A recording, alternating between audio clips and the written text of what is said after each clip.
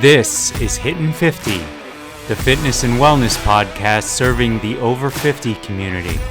I'm your host, Chris Cotnoir.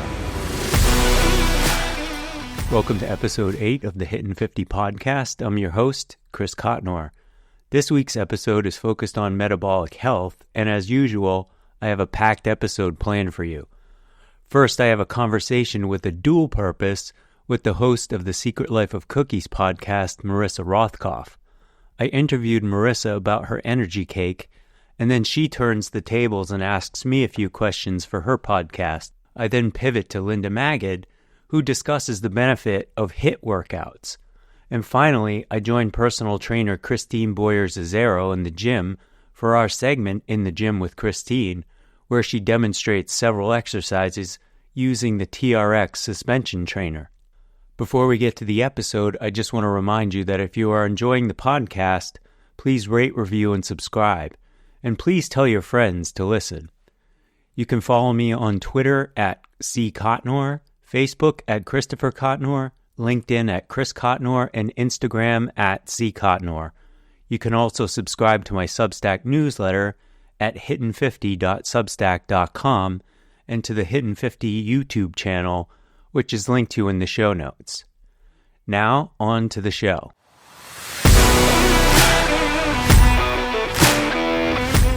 The term metabolism is frequently mentioned in discussions about health, fitness, and weight management, but its significance extends far beyond these areas. Metabolism encompasses all the chemical reactions that sustain life within the cells of living organisms. This broad concept has profound implications for our overall health and well-being. Metabolism consists of two interlinked processes, catabolism and anabolism. Catabolism involves breaking down molecules to produce energy, while anabolism uses this energy to build and repair body tissues and to store energy for future use. Together, these processes ensure that our bodies function efficiently, supporting everything from movement to cognitive processes and cellular repair. Metabolic health is a state in which all the body systems operate optimally in a balanced environment. Key indicators of a good metabolic health include proper glucose levels, healthy lipid profiles, efficient blood pressure regulation, and appropriate waist circumference. Achieving metabolic health means that these factors are within their ideal ranges, reducing the risk of metabolic syndrome, a cluster of conditions including increased blood pressure, high blood sugar, excess body fat around the waist, and abnormal cholesterol or triglyceride levels. According to researchers at the University of North Carolina at Chapel Hill's Gilling School of Global Public Health, only 1 in 8 Americans is achieving optimal metabolic health, which carries serious implications for public health. Poor metabolic health leaves people more vulnerable to developing type 2 diabetes, cardiovascular disease, and other serious health issues. For the study, researchers examined National Health and Nutrition Examination Survey data from 8,721 people in the United States between 2009 and 2016 to determine how many adults are at low versus high risk for chronic disease. Data revealed that only 12.2% of American adults are metabolically healthy, which means that 27.3 million adults are meeting recommended targets for cardiovascular risk factors management, according to researchers. The factors that are impacting metabolism include our genetics, our diet, the amount of physical activity we're getting, our age, hormonal balance, which includes insulin, glucagon, and thyroid hormones that directly regulate our metabolism, sleep, and stress. This is pretty obvious, but maintaining metabolic health is crucial for several reasons. The first and perhaps most important is disease prevention. Good metabolic health significantly reduces the risk of chronic diseases such as type 2 diabetes, heart disease, and stroke. These conditions are often linked to metabolic imbalances and can lead to severe health complications. Second is energy and well-being. Efficient metabolism ensures that the body has a steady supply of energy, contributing to better physical and mental health. This leads to improved mood, higher productivity, and a greater sense of well-being. The third is longevity, where there's a strong correlation between metabolic health and lifespan. By maintaining a healthy metabolism, individuals can enhance their quality of life and increase their longevity. Improving metabolic health involves lifestyle changes aimed at optimizing the metabolic processes. This can be achieved through balanced diet, regular exercise, adequate sleep and stress management, and appropriate waist circumference. Sometime over the next few weeks on the subject of metabolic health, I'm going to be wearing a continuous glucose monitor to better understand the impact of the things that I'm eating on my blood sugar, but it also takes into account your sleep habits and exercise habits. So once I start wearing that device, I'll be reporting on it pretty regularly. So looking forward to that. My first guest this week is Marissa Rothkoff. Marissa is the host of the Secret Life of Cookies podcast, on which she discusses current events while cooking or baking. She's also a food critic, a journalist who publishes a Substack newsletter featuring her recipes, and a professor. Our conversation starts with Marissa telling us that it's okay to eat cake for breakfast, and later she asks me some questions for her own podcast, including whether it's a good idea to watch the news while working out. Here's that conversation.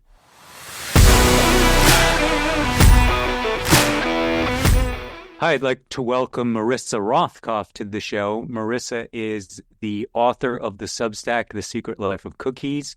She also hosts a podcast by the same name.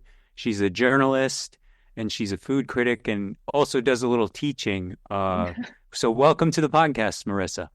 Thank you very much for having me, and welcome to the Secret Life of Cookies podcast at the same time. Marissa is going to ask me some questions for her show. And Marissa, I asked to join to talk about an interesting recipe that she has, which is cake for breakfast, which sounds great to me. So, why don't you talk a little bit about your concoction that is cake for breakfast? That doesn't sound very healthy. No, it doesn't, but that's only because you have a bad idea of what cake is. Having a podcast called The Secret Life of Cookies, I'm sort of known for what I can do with sugar and eggs and flour. But ever since my daughter, when my daughter was little, she had what's called ARFID, which is a feeding disorder. It's not an eating disorder, but it's meant that she had issues with textures, and she probably doesn't want me talking about this on air, but I think it's important for people to know about it. And she was very particular about what she ate, which meant she had a really limited diet. And just at about the same time, Jessica Seinfeld was coming out with her book, if you sneak beets or black beans into their brownies, they'll never know. And you know what? They do know. So I set out to improve the nutritional quality of the cookies that my daughter would eat, and do it in ways that she wouldn't notice, because if anyone was going to notice, Katie would. So I started using simple things like using whole wheat flour instead of white flour, and or just doing a mix of the both.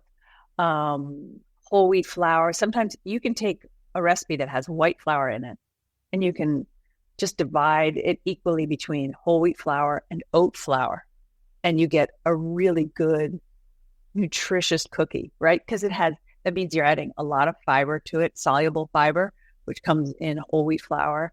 And then I would toss in others. And then oats, of course, come with all their nutritional benefits. And when it's a flour, there's no textural issues. And you can get it already ground up, or you can grind up the stuff that you have in your pantry. And if I use oat flour, that's good for my son who has celiac. It's perfect. In fact, often, if he's not allergic to nuts, I will make oat flour and almond flour, combine those two together and make a really good cookie. And I can send you the link to that as well, because, you do have to make sure that your oat flour is certified celiac, or certified gluten-free, because something might have snuck in there. But by and large, it makes a great substitute. But I could also use almond flour or other gluten-free flours. Right. So almond flour and oat flour together give you a nicer texture than just oat flour. The other secret ingredient that I always keep now in my freezer, note that I said freezer, is flaxseed, ground flaxseed, because ground flaxseed maybe adds a slight amount of texture, but not unpleasant texture. And I add it to this magical cake, which I actually have just taken out of the oven. And I'm walking over to my stove. And you know what? It's just so out of my oven, I can't hold it with my bare hands. But it's a pretty tasty looking cake. I'll have you take a look at it. Look at that. Look at that. That looks amazing. So what is in that? It smells good too. It is whole wheat flour. There is almond flour. I added Greek yogurt because it's super high in protein. Make sure you're using not one of the ones that they add protein to, but like I really love Siggy's, the Icelandic plain Greek yogurt. Fabulous. I added applesauce for moisture. So, and without adding a lot of fat. Not that I think fat is bad. We've got a lot of healthy fat in this from eggs, also adds protein. Almond flour also adds protein. Whole wheat flour also adds protein and soluble fiber. Flaxseed adds all manner of nutrition. And then we have applesauce. I put maple syrup in as my sweetener. Technically speaking, it helps to make it tender as well. So that's why I do add some sweetener to it. And then I add cinnamon and nutmeg because just on the off chance that you're not liking the strange combination of textures or flavors, I think cinnamon and nutmeg cover a multitude of sins of flavor. Oh, and I added chocolate chips. I mean, come on. I'm having flaxseed for breakfast. It's better than any granola bar that you can buy. It's easier to digest than most granola that you can eat because I find personally that oats are like an onslaught on my digestive tract. And we can talk about my digestive tract later if you'd like.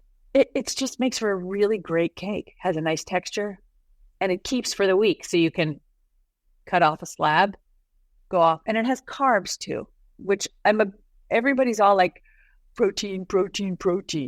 And protein is fabulous. But if you're going to be doing a serious workout, you need the carbohydrates and you shouldn't starve yourself as well. So it's all about that. And how long prep to your mouth? To prep to mouth, it takes 20 to 30 minutes to bake, and it takes about 5 minutes to put together. I will turn the table to you to allow you to ask me some questions. Two things. One, I was in your neck of the woods the other day. I'm so sorry I didn't say hello. Yes, I could have given you cake. I was having lunch at Nami Nori, the little sushi place. It was quite good. Tamaki. Had a lunch with a friend of mine who I hadn't seen in so many years. We've kept in touch, but just hadn't seen her in a long time. And then I wondered if you knew about this app, Yuka, Yuka. I do not. Should I pretend I know about it? It sounds cool. No. So this app was created because people wanted to understand better the nutritional value of the food they were eating. So you have this app on your phone, you scan a label, and it scores the food based on things like added sugar, how much cholesterol, how many fats. It works on cosmetics, by the way, and it actually tells you if any of the ingredients in the cosmetics that you're using on your face are hazardous. It actually says hazardous materials. The app is free. They don't require a subscription. You can give them money, which I did. I gave them $9 because it's so freaking useful. And what's really cool, you mentioned granola. So like the never-ending quest for the healthiest granola. Like you think granola is healthy. I had somebody on a couple of weeks ago talking about granola, how much time they spend looking at granola. And the granola, like lots of times, has a lot of added sugar, not things that you want to be consuming. And this app will tell you, this granola sucks, but this granola is really good. And it's so addictive. My friend told me about this app. I came home. I was scanning everything in my pantry. Some things for fun, like Oreo cookies, which scored a 0. Really? But it's really useful for things like, I make lunches for my sons. They eat bread.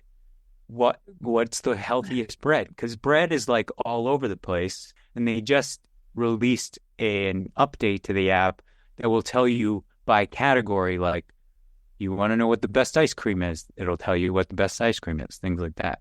Great, really great app, educational, but useful too. Educational, useful. I don't recommend it if you are someone who suffers from disordered eating, because it could really drive you nuts. But it take you to a bad place, actually.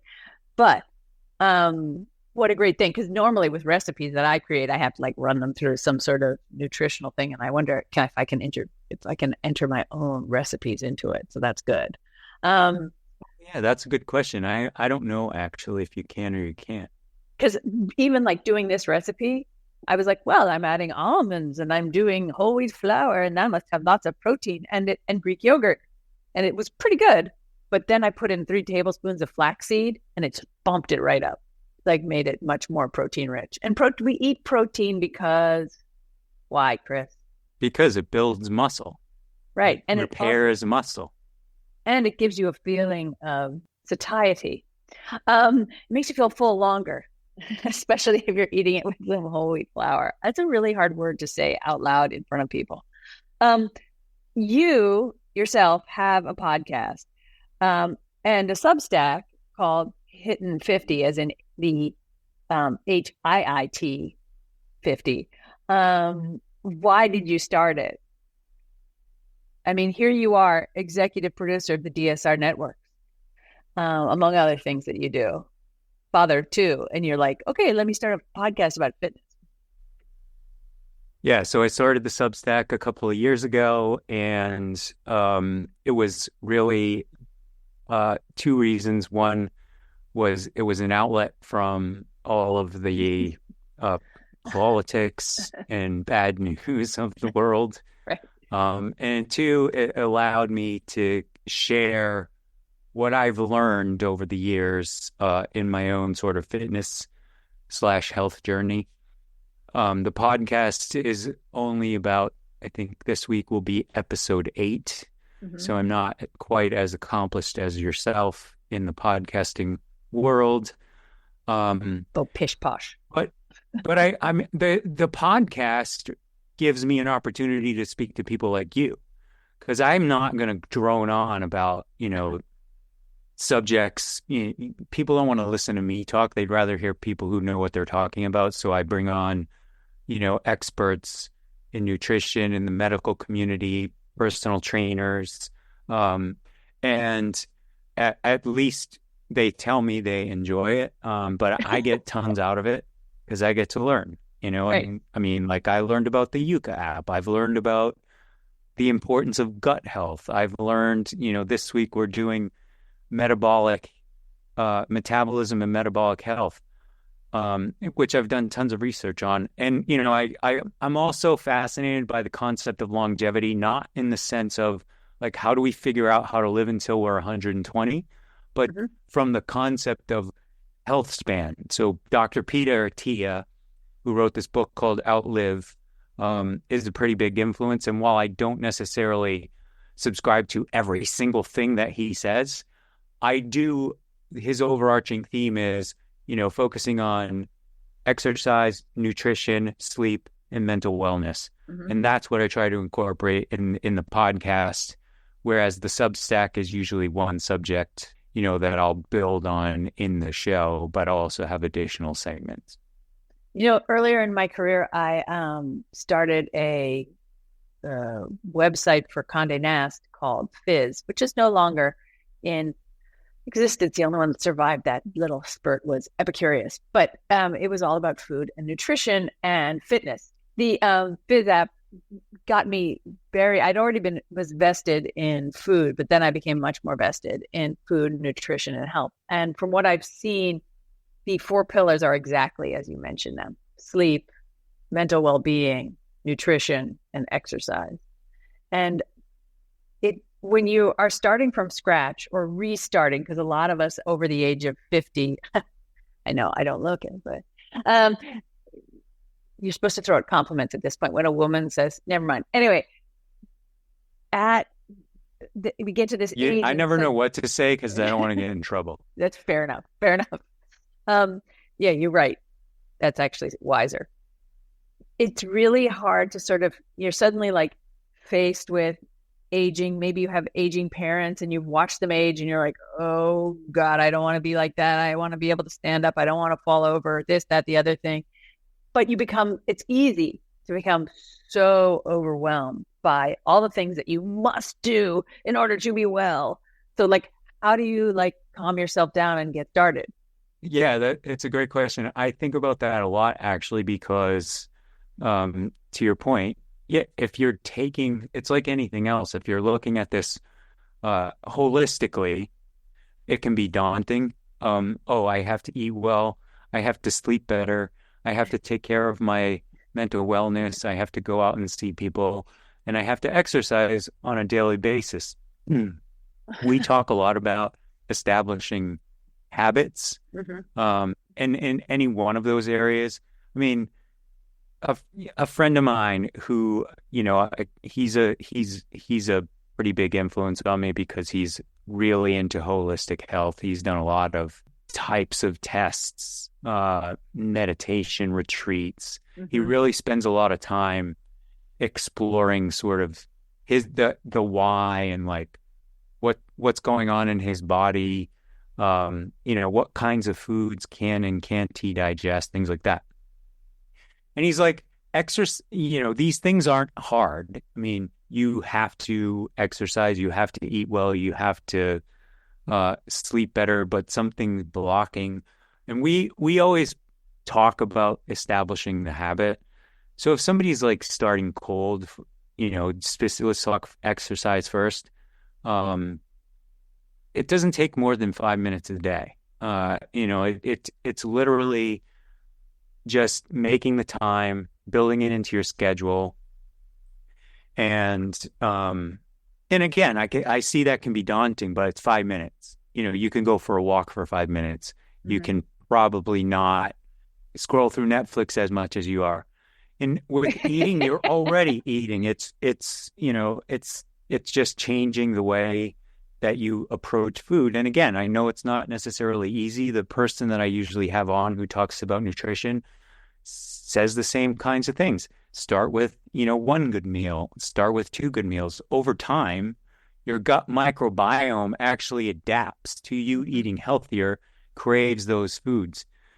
Sleep is one of those things that is a little more complicated, I think, just because people know they need sleep. But I mean, I can talk about my own, sort of sleep journey. I slept like really well for a period of time, and then I slept like crap. And the reason I slept like crap was because I was going to bed all over the place. Right. I was going to bed at midnight. I was going to bed at, 11:30. I was going to bed at 9. Like, I stopped all of that. I go to bed when I go to bed. I go to bed between 9 and 10 every night. I wake up at 5 every morning. And, it took a lot of discipline to get to that point. Yep. I think where I fall down is probably on the mental wellness side. A lot of my work is done at home. And so I have to make an effort to get outside, to do the things, to meet with other people. I mean, having conversations like this certainly helps. You cannot look at this holistically and think like, oh, I'm going to change everything tomorrow. It has to be an approach where you have to establish habits, and it takes time. It does take time. And you also can't punish yourself. I think a lot of it comes, I didn't go to the gym today and I'm supposed to go to the gym every 5 days or else I'm a failure. It's it's not a black and white thing. It's way too easy. And, I've been listening a lot to a podcast by a doctor in England who looks into a lot of holistic health, a guy named Rangan Chatterjee. And he said, give yourself, he has a habit of doing 5 minutes of exercise in the morning while his coffee is brewing. And he approaches doing it like you and I approach brushing our teeth every day. You're not going to not brush your teeth, right?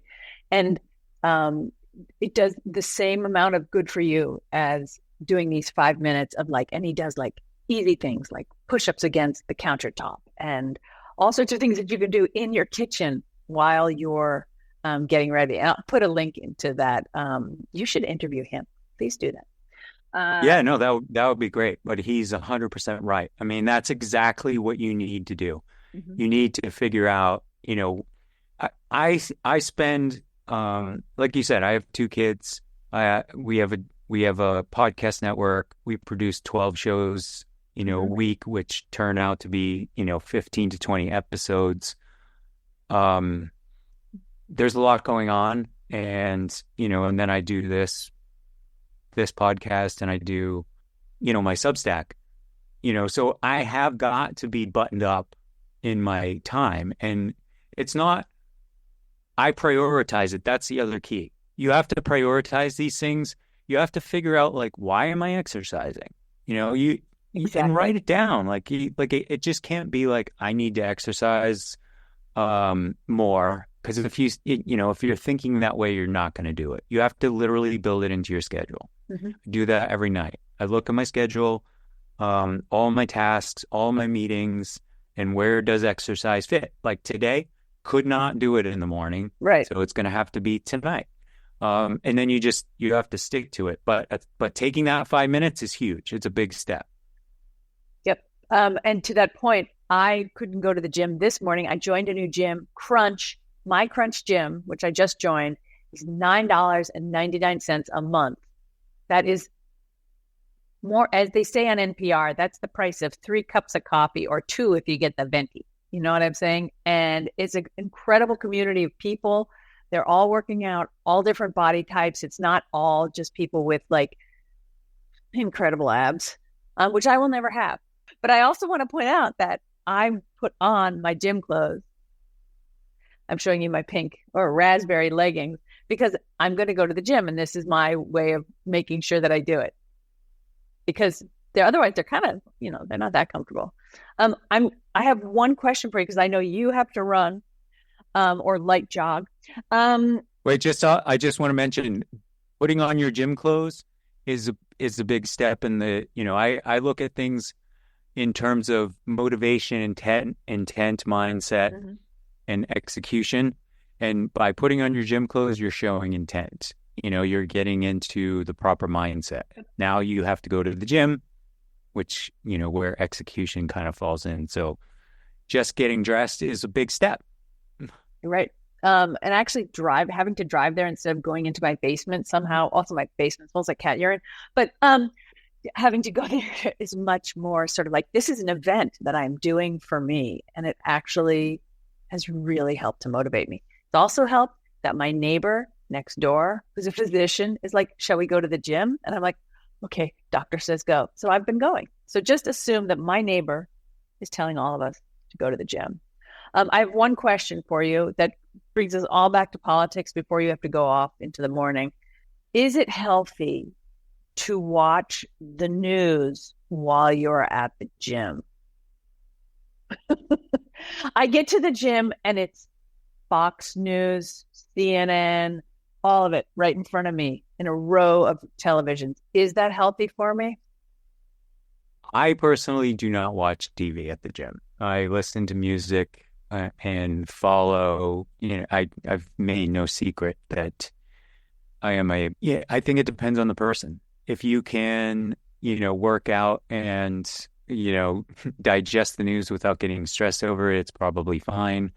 If it's something that's stressing you out, I would not recommend watching the news while you're working out. It's, you know, they're probably canceling each other out if that's how you're reacting. I think my brother Paul runs at the gym to the news because it spurs him on, because he's gonna fight all the badness. I hope I'm not speaking out of turn for you, Paul. And I don't watch because it spikes my blood pressure, and I don't want to do that. Yeah, exactly. Nor do I. But I'm focused on, you know, what I'm doing. To your point earlier about this is time for yourself. I mean, it's time for myself. For me, it's listening to music or listening to an instructor tell me what to do next. That's more what I'm focused on, versus, thinking about work or any work-related activities or what's going on in the world. Like, exercise is my time to decompress and to, like, get it all out of my head. And then I come back to it and I feel much better, and all of the things and all of the benefits that exercise provides, which I get, if you're, you brought up running. If we're talking about running, guess what? If you're starting out as a new runner, or if you've been running for years, your body's going from rest to zone 4, in terms of your heart rate, if you're training, for pace or whatever, quickly. It has to adapt. It sucks. My body has to adapt, for the first half mile. It doesn't feel, it's not like I have this running. It's not like when you lace up your shoes, you get this runner's high. You get the runner's high from, you settle in, you listen to the music, you got to control your breathing. You got to do all of these things. It's a discipline, and you got to, like, get over the hump. Rowing in my youth was something that taught me a lot about that, because the first 3 minutes, my coach would say, are the most painful, right? And once you've done that, you're going to settle into a rhythm. And when I have trouble, like, getting through something, I do 2 things where I'm like, I need to stop. I want to stop right now. I need 5 donuts, that sort of response. I'm like, no, what I need to do is listen to some really loud music and also focus on my breathing. And just listen to yourself breathe, and a minute will pass. It's absolutely, I promise you, that is my secret to it all. And for beginners, which is more like myself rather than you, who are like an Ironman, I use the Couch to 5K app, which I would like to sponsor my podcast. But I use the Couch to 5K app because it does interval training of running and walking and running and walking. And it starts you off slow, and it's a nice voice. It says, start running, start walking. And she sits with me in my ear, and we've started a lot together. I promise this time, though, I'm going to get to 5K. That's my goal.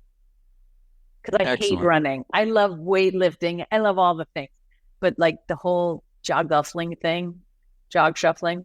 but I'm getting to love it more and more because of that high. Yeah, not everyone has to like running. I mean, it's also finding what you like to do, and you're more likely to stick with an exercise program if you're doing something that you actually enjoy. Okay, I'm going to go eat this cake. All right, that sounds great. Well, thanks for joining my podcast. And thanks for joining my podcast this week. It's been great. Hopefully we can chat soon. My next guest is Linda Magid, a certified Pilates instructor. Linda talks about HIIT workouts and their benefit on your metabolic health.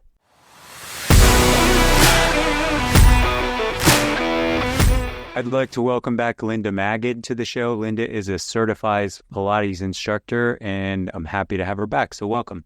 Thanks.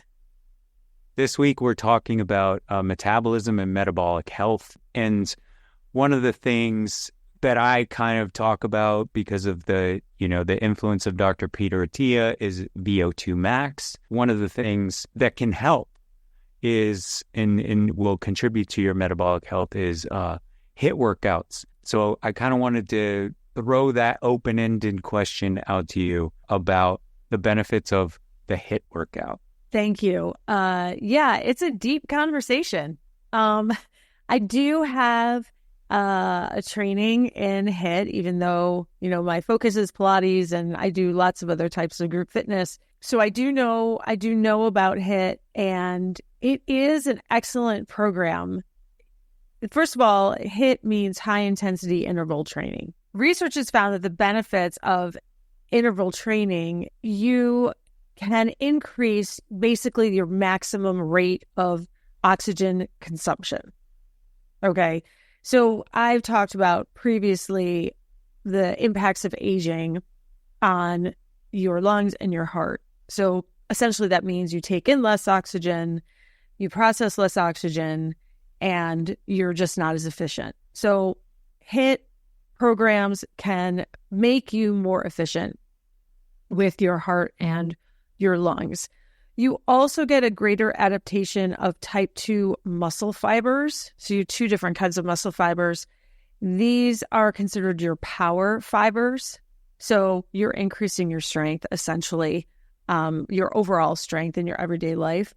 And the piece that people really like about HIIT is that it increases weight loss. And it increases weight loss in different ways. First, it increases your calorie expenditure during exercise. So HIIT, has the word interval. That means you work and you rest and you work and you rest. So people have tended to think that if I just work really hard for a full hour, that's going to be the best use of my time and I'm going to burn the most calories. But the body doesn't really work exactly that way. So the intervals increase your calorie expenditure. It also increases fat utilization during and after exercise. So you're burning more fat after you work out. And then lastly, it increases the afterburn effect, which technically is called excess post-exercise oxygen consumption, also called EPOC. I'm not going to go deep into it, but essentially it's the oxygen consumption necessary to return to the pre-exercise physiological resting state. So it takes calories for your body to go from, I've just worked really, really hard, to I'm now at my regular during the day physical experience. It takes calories to go from high to low, and you use more calories to do that. And so that's how it is better for weight loss than other types of exercise. Now, keep in mind, this does not mean that you're losing a pound or two every day, but the increase in calorie burn, even at increase it 200 calories a day, that adds up to a week of more calories. So those are the benefits of a HIIT training. Also, you're working and then resting, and then working and then resting. One of the things that people will leave out is the rest, because people think that resting is not work. However, if you don't rest, you can't work at your highest level for all of the repetitions that you need to do. Essentially, you're going to burn out too fast, and you're not going to do a true HIIT workout. So rests are super important, and everything is timed. You don't do it based on when you feel like you want to stop. It's 30 seconds on, a minute off. 30 seconds on, a minute off. It helps if you're going to do it with a trainer or in a group fitness class because someone else is doing the timing. That's really nice, because if you're trying to do the timing while you're doing the exercise, you can certainly do it, but it's a little bit harder. Having someone there doing it for you makes it nice, makes it easier. Makes sense. So what exactly are they doing first? And second, I just want to ask, nobody knows what their VO2 max is. Aside from Apple Watch will give you an estimate of your VO2 max, and which is helpful because while I have no idea how accurate it is, I do know that it does work for, training purposes. Yeah, nobody knows what the VO2 max is, and I tried to figure out mine, and I was like, this doesn't make any sense. And then I had to go back and look up I can't remember even now, Curvanen formula, and I was like, oh my God, this is way too much for people. So basically, you're going to work to your highest level, to your vigorous exercise during the time that you're working. What is vigorous exercise? How does it feel? It feels like you're breathing deeply, you're breathing very hard, and you really can't talk. Like you can answer a yes or no question, but you are not up for a conversation.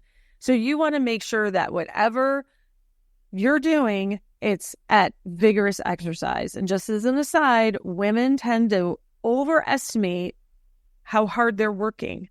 So just kind of throw that out there for women who, if you're not used to vigorous exercise, you want to make sure you're working at that feeling of, I'm breathing really hard and I really don't want to have a conversation. What are you doing? You could be doing anything that you want as long as you're getting your heart rate up. So for a beginner, a good program is truly walking on the treadmill at a speed that you feel like you're working. That's a beginner who's not exercising at all. They're not, and their exercise to rest ratio is going to be a lot further apart. So they're going to work a little and rest a lot. Over time, the work can stay the same, but the rest shortens. That's one possible way to do that. You can increase speed, or you can increase your incline over time, depending on what you're trying to achieve. Are you trying to get faster? You're going to increase speed. Are you trying to get stronger? You're going to increase your incline. If you're in a class, you're not going to be on treadmills. So you could be doing a program of burpees and jumping jacks, push-ups, weighted squats, but they're fast. So you're doing as many as you can in that time period. You could be doing anything in the class that's going to be getting up your heart rate. It's going to be more focused on cardio, but there can be strength elements in it as well. It's not a problem. But it really is, HIIT really is a heart rate program. This is one type of activity that goes with your other training, your zone 2 training. So my last question to you is, how many times a week should somebody be doing HIIT? So you could do it two times or 3 times a week. I think the biggest thing about HIIT is making sure that the program has the intervals and the repetitions and the cycles, and that you are resting.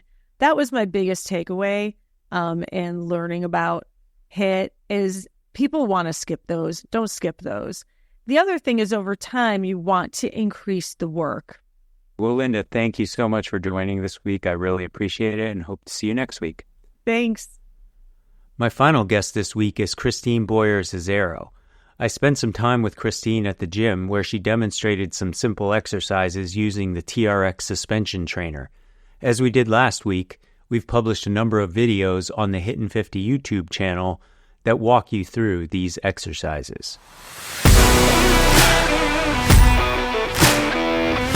Hi, today we're going to talk about the TRX, which is a suspension trainer. TRX stands for Total Resistance Exercise and was developed by a fellow that was a Navy SEALman back in the 90s, and basically put it to market in 2005, and it's become such a popular fitness tool since then. It's something that you can use in the gym, you can use at home. During COVID, I actually used it outside. The gyms are closed, so I took a lot of my clients training outside. I would literally put it on, nice solid trees. And we did a lot of different exercises that included balance, strength training, exercises that were dynamic movements, which all is great for joint stability. It basically anything functional that could work the total body. It's a great tool. They're not very expensive. They range anywhere in price from $99 on up. And it's something, as long as you have something you can anchor to, such as I'm using this cable machine, you can, or if you have a bar at home, or like I did, a solid tree, it's something that you can use just about anywhere. So Christine, what is the TRX really good for in terms of training?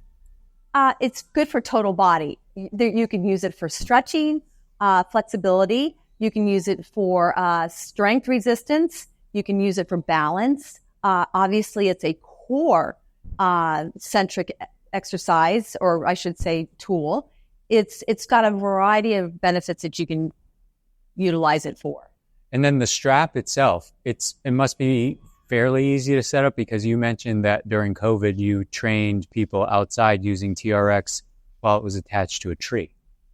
It's very easy to assemble. It's basically has a clip that it extends to like a rope that you I shouldn't say it's a rope, but it's a rope type nylon textured material that you can wrap around either your anchor or a tree or a cable machine, and it has one hook that actually has the two extensions from it that have handles, and then from there that you actually have like a cradle that can be used for a variety of different things. So it's a very simple exercise tool, but it also has, you can make different adjustments on it, and I highly recommend it as a great addition to your workouts. And then where do you attach it to at home? again, you can attach it to, if you have like a pole that you can attach to your doorway. You know, sometimes people have pull-up bars, or if you have an existing exercise machine, and just something that can be anchored and it's not going to obviously, you know, pull it out your wall. From here, Christine demonstrates several exercises that work the upper body, lower body, and core. You can view these workouts on the HIIT 50 YouTube channel, which is linked to in the show notes. With that, episode 8 of the HIIT 50 podcast comes to a close. New episodes are available each Monday. If you have a topic that you'd like me to cover, please include in the comments on my Substack newsletter. Until next week, stay healthy, everyone. Bye-bye.